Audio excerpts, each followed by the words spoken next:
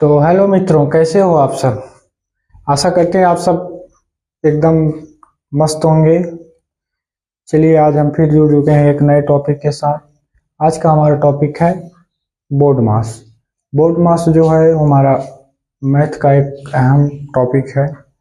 इसके माध्यम से हम मैथ्स रीजनिंग के ज़्यादातर रीजनिंग के सवाल को सॉल्व किया जाता है, जो व्यंजक होते हैं, और मैथ्स के भी सवाल को हल किया। हर एक सवाल में इसके नियम के अनुसार भी हल करते हैं, जो विदाउट सूत्र के होते हैं, विदाउट फार्मूले वाले क्वेश्चन को हम इसी की सहायता से भी हल कर सकते हैं।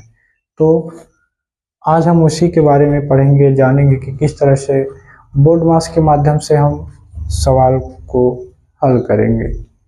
तो आप देख रहे हैं ज्ञान गंगा कोचिंग 07 और मैं आपके साथ टीके जायसवाल। तो चलिए वीडियो को हम शुरू करते हैं। तो देखिए, सबसे पहले जो बोर्ड मास है, प्रत्येक अक्षर का एक अपना अलग अलग अर्थ होता है। तो जैसे इसमें सबसे पहले जो अक्षर आता है बी। बी का मतलब होता है ब्रैकेट। अगर हमारे क्वेश्चन में ब्रैकेट है, कोष्ठक हैं, कोष्ठक जो होते हैं वो कितने प्रकार के होते हैं? 3। पहला तो छोटा कोष्ठक, मझला कोष्ठक और बड़ा कोष्ठक। मझला वाला बनाते नहीं, सही से बना फिलहाल। यानी 3 जो होते हैं मुख्य रूप से कोष्ठक जो होते हैं 3 होते हैं। तो जो हमारे कोष्ठक हैं वो सबसे पहले, जो अगर हमारे सवाल में कोष्ठक है, हमारे चाहे व्यंजक हो चाहे समीकरण जो भी होगा, उसमें अगर कोष्ठक दिया गया है तो सबसे पहले कोष्ठक को हल करेंगे। इसके पश्चात फिर आता है order of power. Order of power का अर्थ होता है यानी संख्या की घात, जिसमें जो भी संख्याएं होती हैं, अगर उन संख्याओं की घात है, कहीं पर संख्याओं की घात लगाई गई है, संख्या की घात है, जैसे मान लेते हैं 2 की घात 3 है, या 5 की घात 2 है, या 4 की घात 5 है, जो भी है, यानी इन सभी को हम हल करेंगे। घातों को हल करना होता है, चाहे स्क्वायर हो, घन हो, चाहे घात कितना भी हो, उसको हल करते हैं। और इस स्क्वायर अर्थात घात का मतलब होता है जितना घात रहेगा उतना उसी संख्या का उसी संख्या में गुणा। मान लीजिए जैसे 4 की घात 5 है, तो यानी 4 के गुणा 5 बार 4 में ही होगा, यानी 4 गुणे 4 गुणे 4 गुणे 4 गुणे 4, यानी 4 चौक 16 चौक 64, यानी ऐसे ही गुणा करते जाएंगे। अब आता है डिवीजन, यानी सबसे पहले कोष्ठक को हल करेंगे, फिर घात को, फिर इसके बाद आता है डी फॉर डिवीजन। अर्थात हमारे समीकरण में अगर भाग रहेगा, अगर भाग है हमारे सवाल में, अगर भाग है, उसके पश्चात हम भाग को हल करेंगे। उसके बाद फिर आता है मल्टीप्लिकेशन अर्थात गुणा। तो भाग के बाद गुणा को हल करेंगे, फिर एडिशन अर्थात जोड़ को हल करेंगे, फिर लास्ट में जो बचेगा तो घटाना होता है। अगर घटाना दिया रहेगा, घटाने को मेरे सवाल में दिया रहेगा तो हम घटाएंगे। तो बोर्ड मास का प्रत्येक अक्षर का एक अपना अपना अर्थ है। अर्थात B for bracket, O for order of power, division यानी भाग, मल्टीप्लिकेशन यानी गुणा, और एडिशन यानी जोड़, और सबट्रैक्शन यानी घटाओ।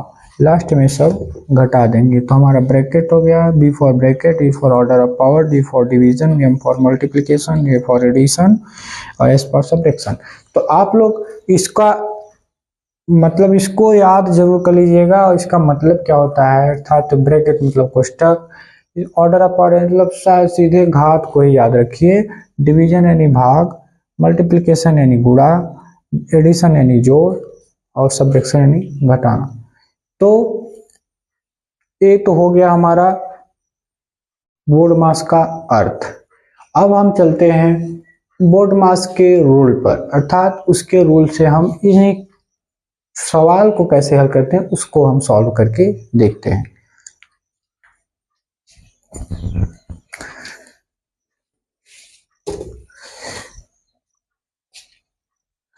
अगर वीडियो अच्छी लग रही हो तो आप लोग प्लीज़ वीडियो को लाइक ज़रूर कीजिए और अपने दोस्तों के साथ शेयर कीजिए।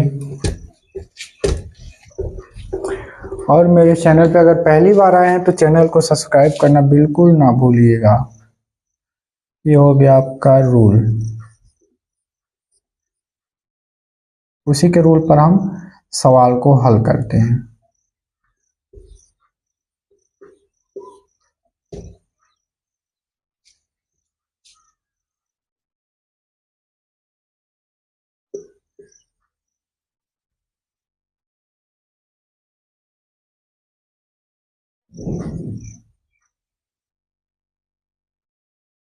बहुत छोटा सा सवाल ले लेते हैं। तो सबसे पहले इसमें आता है बी। बी यानी ब्रैकेट, यानी कोष्ठक को तोड़ना है। तो जो हमारा कोष्ठक के पीछे जो कॉमन नंबर होता है, जैसे यहाँ पर कोष्ठक के बाहर कौन सा नंबर है, 4 है। यहाँ पर कोई चिन्ह नहीं दिया है, चिन्ह नहीं है यानी कोष्ठक जो है, तो कोष्ठक हमेशा कोष्ठक यानी गुणा का चिन्ह होता है। यानी ये जो 4 है इसका गुणा 3 के साथ भी और 4 के साथ भी करेंगे, दोनों के साथ ये गुणक है।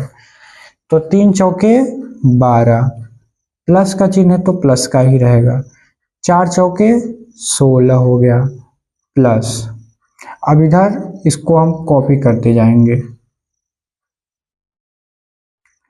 अब देखिए इसमें फिर आता है ओ।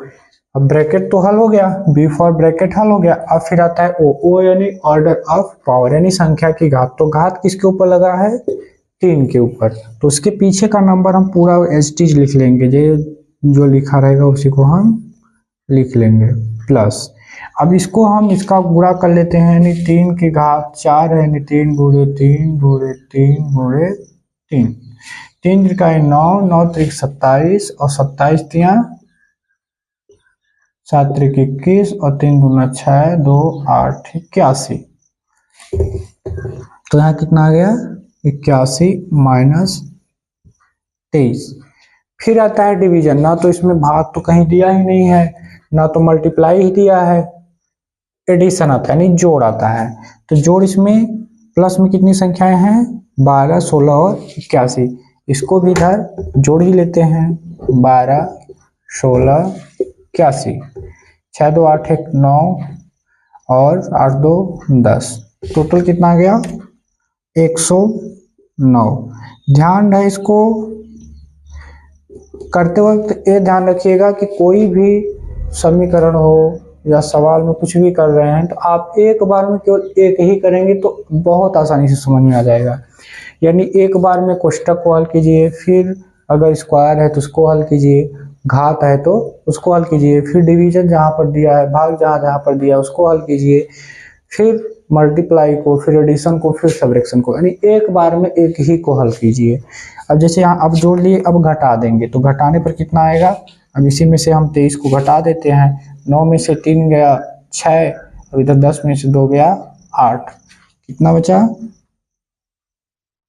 86। यही हमारा इसका आंसर हो जाएगा। ठीक है, एक और सवाल को देख लेते हैं। इसमें तो केवल क्या था हमारा, कोष्ठक, स्क्वायर और जोड़ घटाना। और एक इससे कुछ बड़ा सवाल देख लेते हैं। और ध्यान रहे, चाहे रैखिक चर समीकरण हो चाहे अचर समीकरण हो, सब में रूल अगर यही लगाएंगे तो आपको एक एक को हल करना होगा। विदाउट सूत्र के, विदाउट फार्मूले वाले सवाल जितने भी हैं, अगर आप बोर्ड मास से हल करते हैं तो आप उसका आंसर सही ही पाएंगे।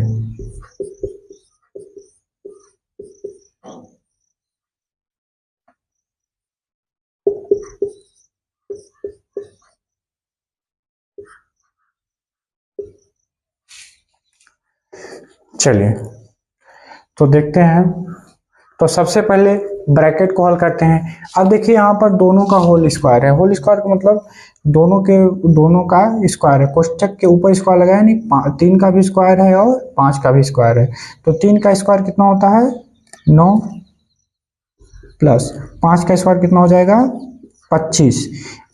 यानी कोष्ठक को जब तोड़े तो हमारा कितना मिला 9 प्लस 25, फिर आगे प्लस। अब इधर बाकी को लिख देंगे, केवल कोष्ठक में स्क्वायर था इसलिए इसको हम सॉल्व कर लिए, बाकी को एज इट इज लिखते जाएंगे, जो रहेगा उसी को चुपचाप लिख देंगे। फिर आता है स्क्वायर को हल करना है, यानी ऑर्डर ऑफ पावर, संख्या की घातों को हल करना है। तो उसके पहले देखिए संख्या की घात यहाँ पर है और यहाँ पर है, तो इसके पीछे का हम पूरा जैसा को तैसे लिख लेंगे। तो कितना है 9 प्लस 25 प्लस 9 का वर्ग कितना हो जाएगा 81। फिर इधर का पूरा लिख देंगे, केवल स्क्वायर यानी घात को ही हल करेंगे, बाकी को चुपचाप लिखते जाएंगे। सॉरी 7 का वर्ग नहीं, 7 को यानी ये भी स्क्वायर ही है, तो 7 का वर्ग कितना हो जाएगा 49, यानी इसको भी केवल स्क्वायर हल के लिए। अब फिर आता है डी फॉर डिवीजन। डिवीजन इसमें दिया है 81 में 3 का दिया हुआ है, तो उसके पीछे का हम लिख लेते हैं। 9 हो गया 9 प्लस 25 प्लस, अब 81 में हम जब 3 का भाग देंगे तो ऐसे देख देते हैं, 3 दूना 6, 2 बचा 21, 3 सत्ते 21, 27 मिला गुणे 4, क्योंकि इसका दोनों का जब इसको सॉल्व किए हैं तो कितना मिला है 27, 4 माइनस 49। अब फिर आता है मल्टीप्लाई, गुणा। गुणा कहाँ पर है इन दोनों में है, तो इसके पीछे का लिख लेते हैं 9 प्लस 25 प्लस, अब 27 में जब 4 का गुणा करेंगे तो 7 चौके 28, इधर लिख के कर दीजिए,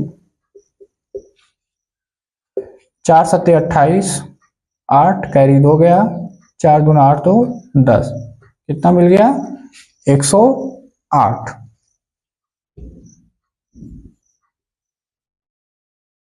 माइनस 49।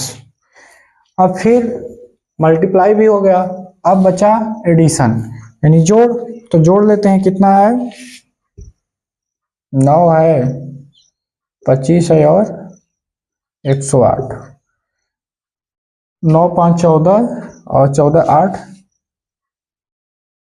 22, 22 की 2 हासिल 2, 2 2 4 इधर 1, कितना आ गया 142, 142 माइनस 49।